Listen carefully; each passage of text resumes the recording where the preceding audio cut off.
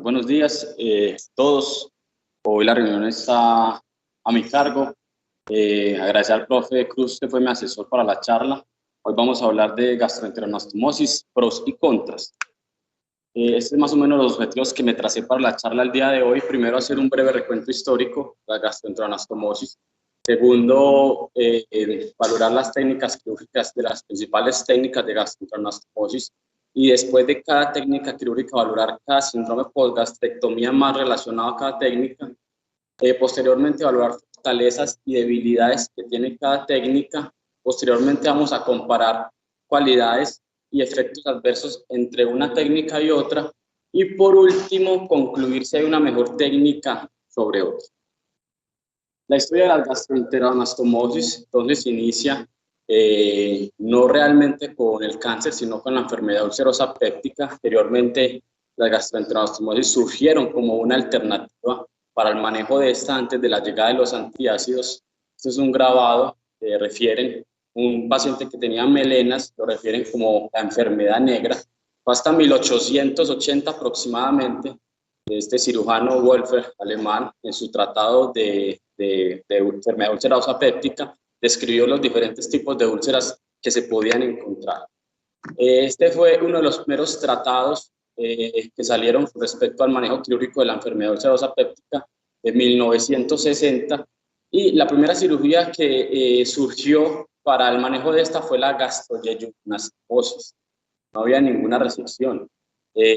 Más o menos se usó hasta la época de 1950, se hizo famosa en Estados Unidos y en Inglaterra, y uno de los problemas que había con la gastroyeyunoanastomosis era la úlcera que se generaba alrededor de la gastroenteroanastomosis. Trataron de realizar diferentes técnicas de localización del asa. Una era posterior y superior, con una úlcera hasta el 64%, una era anterior e inferior, con una recurrencia de úlcera hasta el 50%, y la última técnica que se usó fue anterior y superior, con una recurrencia de la úlcera hasta el 26%. Fue posteriormente hasta la llegada de Billroth en 1881, un cirujano alemán músico, que fue el primer creador de la resección gástrica con posterior corrección de esta resección con la gastroduodenostomía y con la gastroyeyunoanastomosis. Cayó entonces en desuso y prácticamente la corrección quirúrgica por úlcera péptica desapareció en su totalidad en el año 1992. Entonces este cirujano, Theodor Billroth, creador de la reconstrucción B1 y B2, concluyó que la gastroyeyunoanastomosis tenía menor úlcera recurrente, menor fístula gastrocólica y menor filtración. Eso es más o menos el tratado de él, esos son los esquemas que hizo Billroth acerca de cómo eran sus gastroenteroanastomosis. La Billroth 1 creó una resección del antro con una anastomosis del muñón gástrico con el duodeno, y Billroth 2 una gastroyeyunoanastomosis con resección gástrica.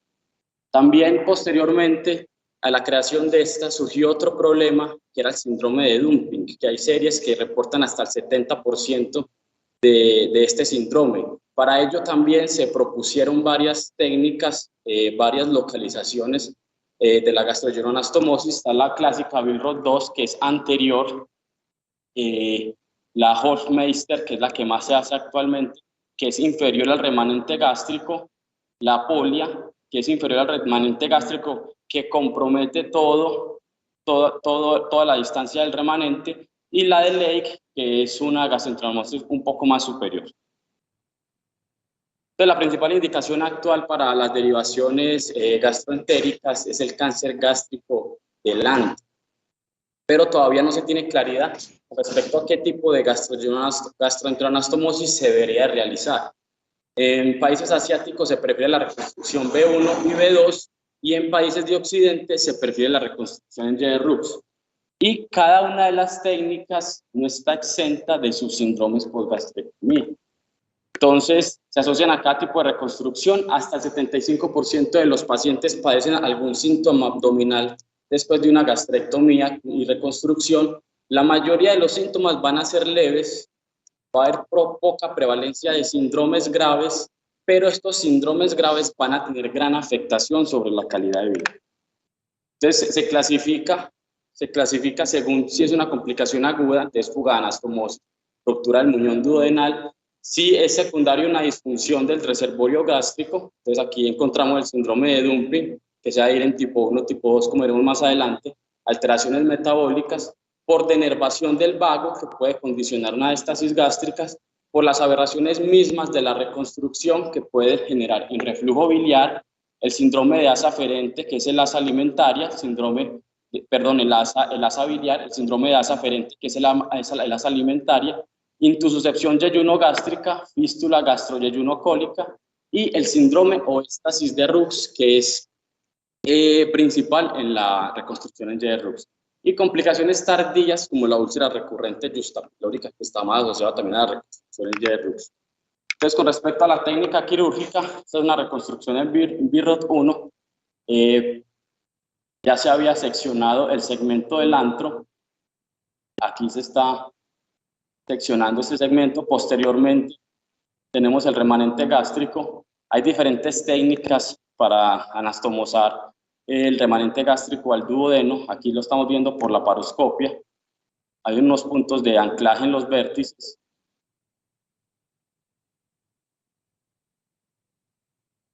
Posteriormente, con electrocauterio, entonces vamos a crear la enterotomía a nivel del remanente gástrico y a nivel duodenal.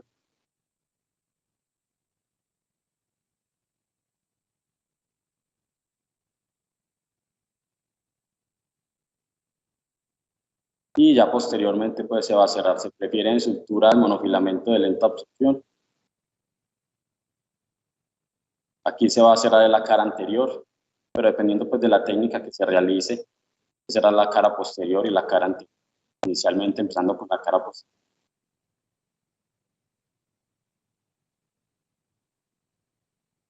Se hacen puntos de Lemberg, pero musculares.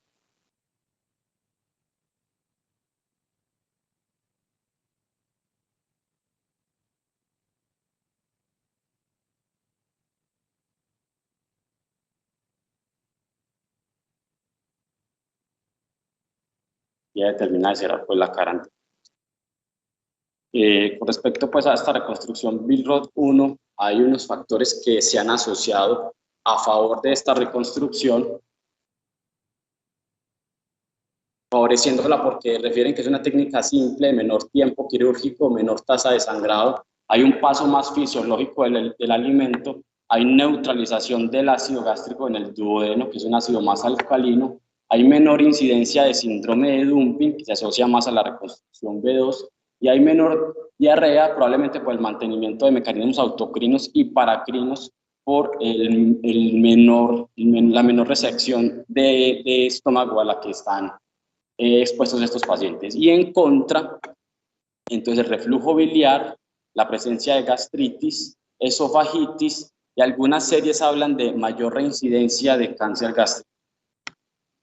Entonces el reflujo biliar en estos pacientes llevados a reconstrucción B1 se produce hasta en el 5 a 15% de los pacientes, se produce secundario a la pérdida de varios mecanismos de contención del contenido gástrico, unos por los mecanismos paracrinos y autocrinos, por la denervación también que puede estar asociada a este tipo de procedimiento quirúrgico y por la resección del píloro, el mecanismo que ejerce mecánico para la retención del contenido. Se va a evidenciar pues por náuseas, dolor epigástrico y vómito de contenido biliar. Su repercusión clínica, algunas series dicen que es rara, pero otras series reportan que sí tiene importante relevancia clínica, eso lo vamos a ver más adelante en los estudios, y se produce más. En reconstrucción B1, se ha dicho que se produce más en reconstrucción B1, mayor que en reconstrucción B2 y mayor que en reconstrucción en Y-Rux. Más adelante veremos si es verdad que el reflujo biliar se presenta mayor en reconstrucciones B1 que en B2. Y esto me parece que es algo importante para valorar, para indicar una técnica quirúrgica sobre la otra. La técnica entonces de BIRROT 2, posterior entonces a la resección gástrica,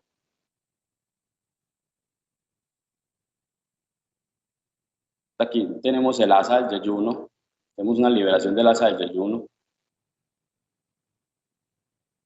Medimos la asa aferente. La medimos, por lo general no debe ser mayor de 30, 40 centímetros para prevenir algo que veremos más adelante, que es el síndrome de asa aferente. Aquí hacemos unos puntos de anclaje donde van a ir el segmento proximal y el segmento distal.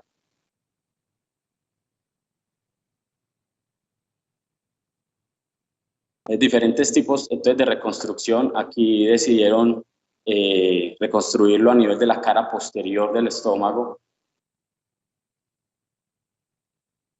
Se hacen las enterotomías en el remanente gástrico y la enterotomía también a nivel del asa yeyunal. Y mediante una endograpadora intestinal de doble línea de sutura se crea entonces la anastomía.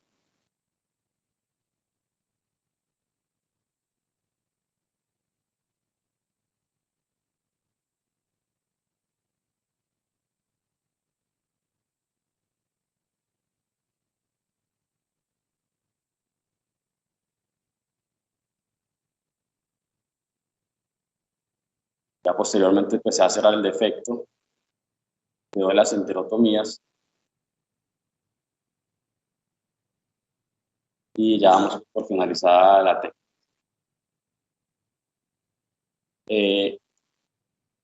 A favor de esta reconstrucción también refieren que es una técnica simple, menor tiempo quirúrgico y menor sangrado. También refiere que presenta menor diarrea, pero en contra entonces tenemos el síndrome de dumping, también síntomas por gastritis, esofagitis, también mayor reincidencia de cáncer gástrico y el síndrome de asa aferente.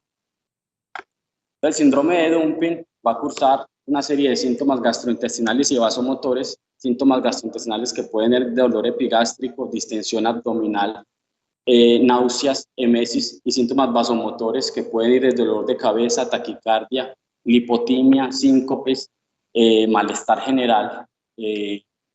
Series reportan hasta el 70%. Se puede clasificar en tipo 1, síndrome de dumping tipo 1 o síndrome de dumping tipo 2. Síndrome de dumping tipo 1 está más relacionado al aumento del contenido osmolar en las asas alimentarias.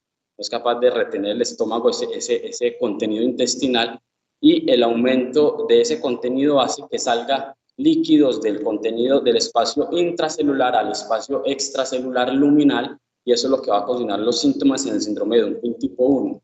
En el síndrome de dumping tipo 2 lo que pasa básicamente es una carga de carbohidratos muy alta. Esto va a repercutir en una respuesta hiperinsulínica muy alta y va a generar básicamente los síntomas por una hipoglicemia. Se va a presentar mayor en pacientes con reconstrucción B2 con respecto a las otras reconstrucciones.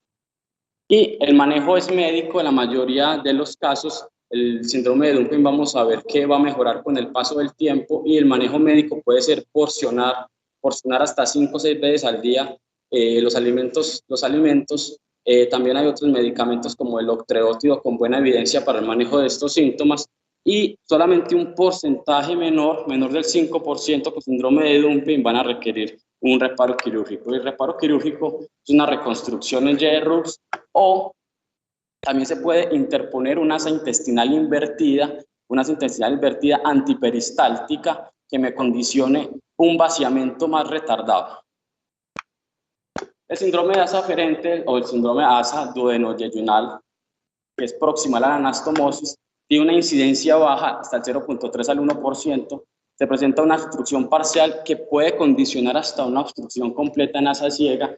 Por lo general se presenta en asas que presentan una distancia mayor de 40 centímetros, y básicamente el diagnóstico se va a hacer por los síntomas que tiene el paciente. Va a presentar un dolor abdominal intenso y una emesis proyectil biliosa que va a mejorar drásticamente los síntomas. Prácticamente así se hace el diagnóstico, pero también se puede valorar mediante tomografía y ecografía. En tomografía entonces vamos a ver una obstrucción a nivel del cuadrante superior derecho en forma de C y una zona de transición en el sitio de la anastomosis. Y en la ecografía se puede ver, posterior a la ingestión de alimentos, una dilatación aguda de esa asa aferente.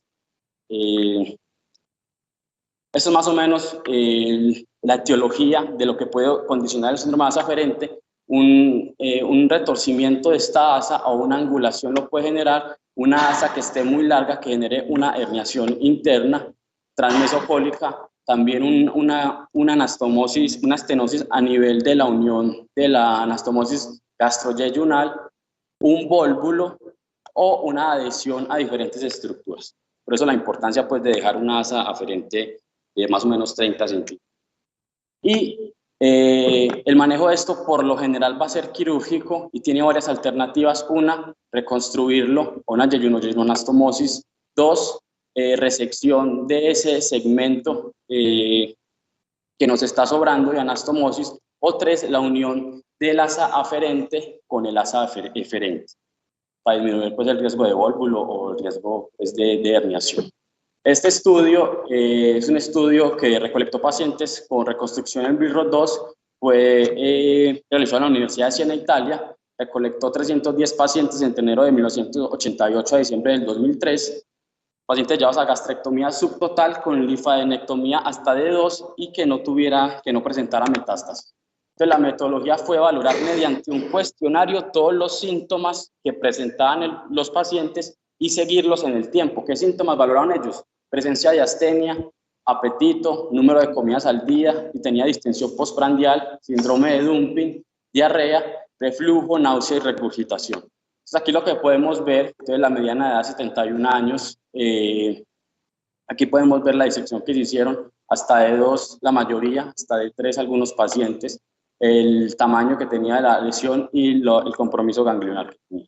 Entonces aquí vemos que se siguió a 5 años todos los pacientes, en el primer parámetro que era la astenia, hasta un 20%, esta línea de acá gris es una línea que tiene los síntomas, pero son síntomas más graves, entonces hasta un 20% tenían los síntomas de astenia en los primeros 3 meses, pero fueron disminuyendo con el paso del tiempo.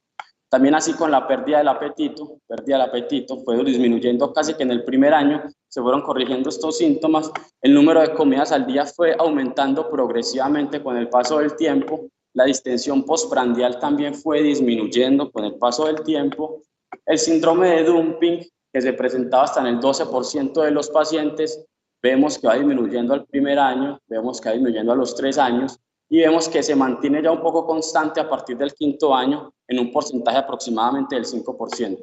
La diarrea también se fue corrigiendo con el paso del tiempo. Los síntomas por reflujo, aquí podemos ver que estaban presentes al inicio, tienen un poco de disminución, pero persisten con el paso del tiempo. Y la intolerancia a la vía oral se va a mantener durante el tiempo. Entonces, ya como conclusiones de este primer estudio, vemos que el síndrome de dumping inicialmente fue de 12.3% a 3 meses, pero con el paso de los años, hasta los 5 años, hasta los 2 años, perdón, de 5.2%. Entonces, no es tan común como reportes previos que hablaban de una prevalencia hasta del 70%. Primer aspecto importante con respecto a esta reconstrucción. Distensión postprandial fue la molestia más común que persistió con el paso del tiempo a los 5 años, 16.5%, y los síntomas por reflujo no tienden a mejorar con el tiempo. Es algo importante en esta reconstrucción. La intolerancia a la vía oral se va a mantener en el tiempo. Con respecto ya a las reconstrucciones de RUX, entonces primero se hace una disección transmesocólica para subir el asa, teniendo en cuenta los vasos cólicos, no irlos a lesionar.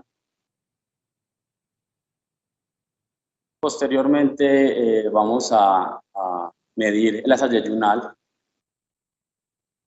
Vamos a fijar un reparo a nivel de la distancia que consideremos, aproximadamente 40-50 centímetros.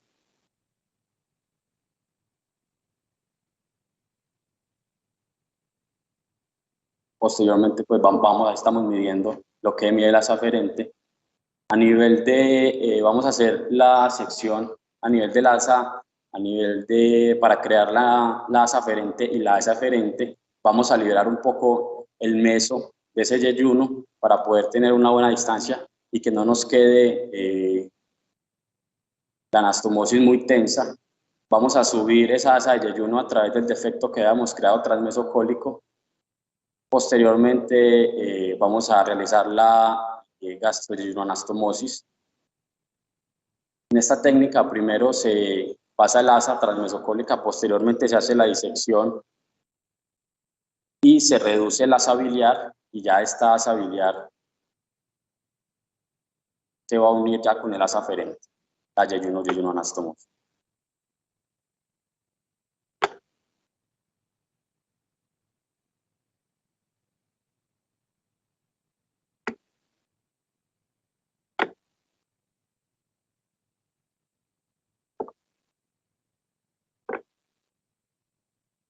Bueno, también van a haber unas ventajas y unas desventajas con respecto a este tipo de reconstrucción.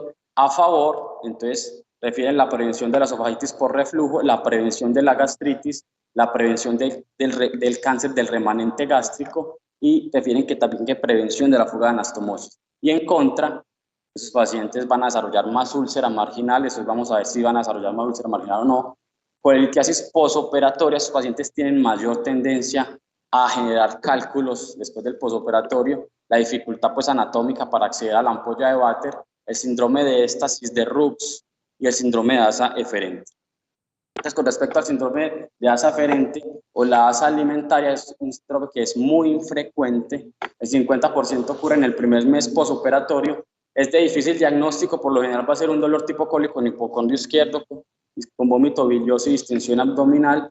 El diagnóstico se puede hacer por un tránsito intestinal o por una tomografía con contraste oral, y por lo general es secundario a una hernia retroanastomótica.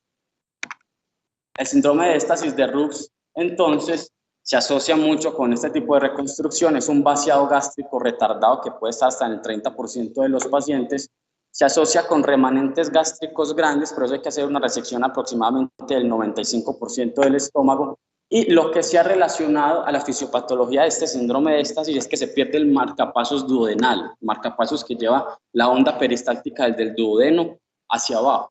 Al perder el marcapasos duodenal, entonces las ondas yeyunales se invierten, ya no son isoperistálticas, sino son antiperistálticas, lo que condiciona entonces la éstasis a este nivel. Se asocia con dolor, distensión abdominal, náuseas y vómitos, vómitos por lo general con contenido alimentario sólido, no bilioso, y el manejo es con la prevención desde una vez se está realizando la gastroenteroanastomosis. Entonces hay que hacer resección del 95% del remanente gástrico, la curvatura menor debe estar orientada verticalmente y limitar el asa de Rux hasta 40 centímetros. Asas más largas se han asociado con mayor síndrome de éstasis de Rux. También se ha asociado algo a favor de esta técnica, es que se ha asociado con menor recidiva del cáncer gástrico. Se han reportado que hasta reconstrucciones B2, B1 y por Rux presentan un 70.8, 10% y 0% de recidiva respectivamente a los 5 años. Y la presencia también de úlcera marginal es como otro factor en contra con respecto a esta técnica. Es una úlcera yuxtanastomótica más común en el lado yeyunal, tiene una incidencia de 0.6, pero hay series que reportan hasta 25%. Es el contenido amortiguador del contenido de la asa biliar, que es más alcalino. También se asocia con la persistencia del consumo de alcoholes y el tabaco, y el médico con inhibidor de bomba. Y los cálculos biliares se presentan 10 a 20% en los primeros 3 años después de la reconstrucción. Hay una clara fisiopatología, se asocia por lo general al tipo de gastrectomía, al tipo de reconstrucción, se asocia también a la disminución de la colecistoquinina, que al no haber paso por el duodeno, no va a haber una contracción de la vesícula biliar, y también se ha asociado a la inervación del vago, de la rama hepática del nervio vago, que aumenta hasta 5.8 veces el riesgo de desarrollar cálculos biliares con este tipo de reconstrucción. Entonces nos hacemos la siguiente pregunta, y si hay unos factores a favor y unos factores en contra con respecto a cada tipo de reconstrucción, ¿qué técnica vamos a considerar una con respecto a la otra? Entonces, ahora lo que vamos a hacer es comparar una técnica con respecto a la otra, y posteriormente en un metaanálisis vamos a comparar los 3 tipos de técnicas. Entonces, con respecto a la reconstrucción B1, con respecto a la B2, un estudio retrospectivo realizado en India 2016 a 2017, se recolectaron 95 pacientes con gastrectomía distal sin metástasis, se incluyeron pacientes con linfadenectomía de 2 19 pacientes fueron llevados a reconstrucción B1, 76 pacientes fueron llevados a reconstrucción B2. ¿Qué encontramos? Entonces la mediana de edad era muy similar, el sexo también era muy similar, el tiempo operatorio fue menor, pues obviamente por la técnica quirúrgica en BIRROD 1 con respecto al BIRROD 2, el sangrado intraoperatorio fue similar en ambas técnicas, el estadio del cáncer gástrico fue similar en ambos pacientes, el número de ganglios fue similar en ambos pacientes. Entonces aquí encontramos que con respecto a la fuga anastomótica no hay diferencia significativa con respecto a uno y otro. Infección de sitio operatorio no hay diferencia significativa, ni superficial ni profunda. Retraso en el vaciamiento gástrico, entonces ya podemos ver que en el tipo de reconstrucción BIRROD 2 hay 4 pacientes, mientras que hay 0 en BIRROD 1. El valor de P no se pudo calcular por la ausencia de pacientes en BIRROD 1, eso dio 2.8. Pero ya vemos una tendencia a que hay más retraso en el vaciamiento gástrico en la reconstrucción BIRROD 2. La mortalidad perioperatoria es similar. Los síntomas por reflujo que consideramos que eran mayores en BIRROD 1, entonces aquí vemos que se presentaban en 2 pacientes de B1 y en 8 pacientes de B2, que equivalen al 10.5% de cada uno. No hay diferencia significativa con respecto a síntomas por reflujo en estas técnicas. Síndrome de Dumping se presentó en 4 pacientes B2 y ningún paciente en B1. La recurrencia fue similar con respecto a las 2 técnicas y la sobrevida a 2 años fue del 57% en B1 y del 59% en B2, no hay diferencia. Entonces, con respecto a recurrencia y a sobrevida, tampoco hay diferencia entre una u otra técnica. Respecto a la discusión, entonces, no hay diferencias significativas en complicaciones tempranas y tardías, complicaciones grandes no hay diferencia.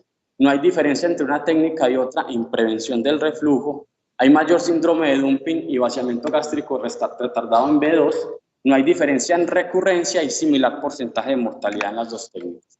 Ahora, al comparar B1 contra JDRUX, encontramos este estudio, es un metaanálisis llevado a cabo entre enero de 1990 a noviembre del 2012, realizado en la provincia de Sichuan, en China. Se evaluaron varias variables: tiempo quirúrgico, pérdida sanguínea, fuga y estenosis de la anastomosis, reflujo biliar, esofagitis, dumping, vaciamiento gástrico y estancia hospitalaria. En total se recolectaron 4 RCTs y 9 estudios observacionales. Lo que encontramos aquí es que con respecto a tiempo posoperatorio, el tiempo si hay diferencia, tiempo quirúrgico si hay diferencia entre una y otra. Aquí lo que encontramos con respecto a sangrado, no hay diferencia entre una técnica y otra. Lo que encontramos aquí en diferencia con respecto a reflujo, sí va a haber diferencia con respecto a una técnica y la otra. Aquí podemos ver ya que hay algo importante. Aquí con respecto a diferencia entre si el paciente presenta síntomas de vacío retardado o no, no hay ninguna diferencia. Aquí lo que vamos a valorar con respecto a esta técnica es si encontramos síndrome de dumping, sí o no, no va a haber ninguna diferencia. Aquí lo que encontramos es síntomas por reflujo biliar, sí va a haber una diferencia marcada entre una y otra, un valor de P muy bajo, sin heterogeneidad.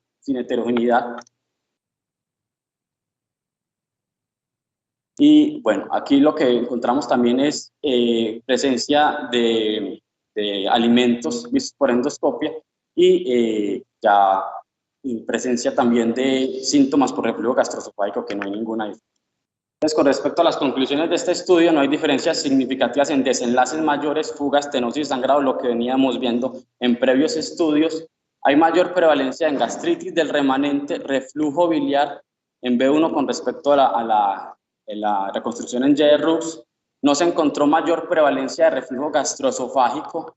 Entonces, con respecto al reflujo gastroesofágico, vamos viendo que no hay diferencia entre una técnica y la otra, como sí en reflujo biliar. No se encontró mayor vaciamiento gástrico retardado, lo que vemos en este estudio, y no hay diferencia significativa entre las 2 técnicas con respecto a síndrome de Dumping. Con respecto a la reconstrucción B2 contra reconstrucción en JDRUX, encontré este estudio de 158 pacientes llevado a cabo entre 2015 y 2016. Fue prospectivo en un hospital de la provincia de Changchun en China. Se compararon las 2 técnicas, se excluyó estadios avanzados del tumor y pacientes que tenían síntomas por reflujo y hernia hiatal. Lo que querían valorar acá era si había mayor prevalencia de gastritis o síntomas por gastritis con respecto a una y la otra técnica, pero excluyeron estos pacientes.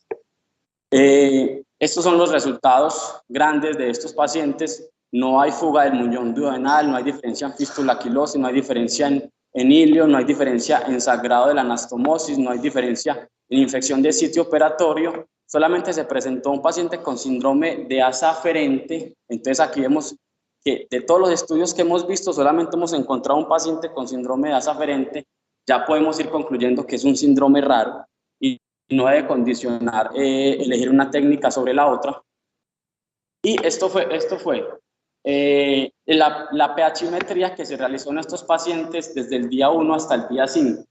Entonces vemos que pacientes que se llevaron a reconstrucción, el BEC, que es el Billroth-2, tenían un pH menor con respecto a la reconstrucción en Jerrus, que tenían un pH mayor. Entonces aquí lo que vemos es que pacientes que van a reconstrucción en Billroth-2 tenían más grado de gastritis visto por endoscopia, grado 1 y grado 2, en relación a pacientes llevados a reconstrucción en Jerrus. También se evidenció que había más reflujo biliar visto por endoscopia, grado 1 y grado 2 en B2, y lo que ellos valoran acá son las biopsias de estos pacientes y encontraron que no había diferencia significativa en las biopsias. Pero el estudio de ellos lo refieren como algo muy importante, que no hay diferencia significativa en las biopsias, pero algo que me llamó la atención es que sintomáticamente el síntoma de dolor epigástrico sí es más significativo en pacientes llevados a reconstrucción B2, 23% al año de seguimiento versus 10%. Esto es algo a tener en consideración. Así el paciente no tenga hallazgos de gastritis en la biopsia, el hecho de que tenga síntomas sí es algo muy importante a considerar. Entonces, con respecto a las conclusiones, no hay diferencia, como hemos visto en complicaciones mayores, el reflujo biliar y gastritis por endoscopia fue mayor en B2, no hubo diferencia en grado de gastritis por histología, los síntomas por gastritis fue significativamente mayor en B2, no hay diferencia en vaciamiento gástrico y solamente un caso de síndrome de asa aferente es una complicación infrecuente. Y este último estudio, entonces, va a valorar, es un metaanálisis en red que va a valorar todos los tipos de reconstrucción. Y aquí vamos a evidenciar si lo que hayamos visto previamente tiene solidez, que fueron estudios observacionales, un metaanálisis, tiene solidez o no. Entonces este estudio, 9 estudios, se recolectaron 9 estudios, RCTs, 1.161 pacientes, 519 fueron hallados a reconstrucción en Jerrus, 398 Billroth-1, 244 Billroth-2, se ingresaron pacientes con cáncer gástrico actral sin presencia de metástasis, se evaluaron las siguientes variables: tiempo quirúrgico, sangrado posoperatorio, estancia hospitalaria, fuga de la anastomosis o estenosis, vaciamiento retardado, reflujo biliar, comida residual, gastritis o esofagitis. Entonces vemos, metaanálisis en red lo que hace es evaluar diferentes desenlaces primarios entre uno y otro estudios, y el metaanálisis valora si es posible su asociación. Entonces vemos que la mayoría de variables fue posible la asociación entre las 3 reconstrucciones, pero el vaciamiento gástrico retardado no se puede hacer la asociación entre B1 y B2, comida residual no se puede hacer asociación entre B1 y B2, y gastritis del remanente no se puede hacer asociación entre B1 y B2, pero la mayoría de condiciones que nos importan valorar sí se pueden hacer las asociaciones. Entonces, con respecto a lo que hemos visto ya previamente en todos los estudios, fuga de la anastomosis, vemos que en todas las comparaciones B2-B1, B1-Jerrus, B2-Jerrus, en todas las asociaciones no hay diferencia significativa con respecto a estenosis de la anastomosis, tampoco hay ninguna diferencia significativa. Aquí sí podemos ver vaciamiento gástrico retardado, que en estudios previos veíamos que no había asociación significativa. Con respecto a la asociación de B1 y Y de Rux, si hay mayor vaciamiento gástrico retardado en pacientes llevados a reconstrucción en Y. Y con respecto a B2 no hay ninguna diferencia. Con respecto al reflujo esofágico, habíamos visto en estudios previos que no hay diferencia, y este metaanálisis nos está mostrando que realmente no hay diferencia en reflujo gastroesofágico y en síntomas por reflujo gastroesofágico. En reflujo biliar lo que encuentran que B1 y B2 que habíamos visto previamente que no había diferencia que creíamos que en B1 hay más reflujo biliar, realmente no hay diferencia significativa entre uno y la otra, pero sí hay diferencia significativa con respecto a las dos Billroth con respecto a la reconstrucción en hierro. Con respecto a alimentos residuales no hay ninguna diferencia. Con respecto a gastritis, síntomas de gastritis por reflujo, sí hay diferencia, sí hay menor incidencia de gastritis por reflujo en la reconstrucción en hierros con respecto a las otras dos, que no lo está confirmando.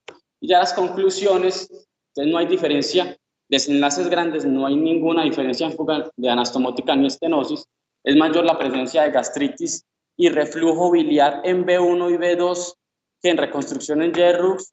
No hay ninguna diferencia en reflujo gastroesofágico, ninguna de las técnicas. El reflujo biliar es similar entre B1 y B2, menor en J-Rux. Aunque no hay diferencia en presencia de residuos de alimentos, síntomas por vaciamiento gástrico retardado, sí es mayor en la reconstrucción en J-Rux en comparación con B1. Y ya unas conclusiones finales, retomando pues todos los artículos que hemos analizado. Entonces, el síndrome de asa aferente y eferente son complicaciones muy raras, no se debe considerar al momento de elegir una técnica sobre otra.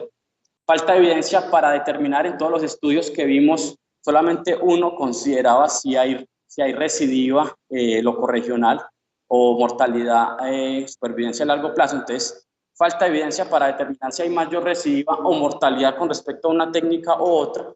La mayoría de síntomas en B2 mejoran con el tiempo. En el primer año todos estos síntomas van mejorando. También el síndrome de Dumping, entonces hay que tener en consideración que hay que darle tiempo y manejo médico antes del manejo quirúrgico.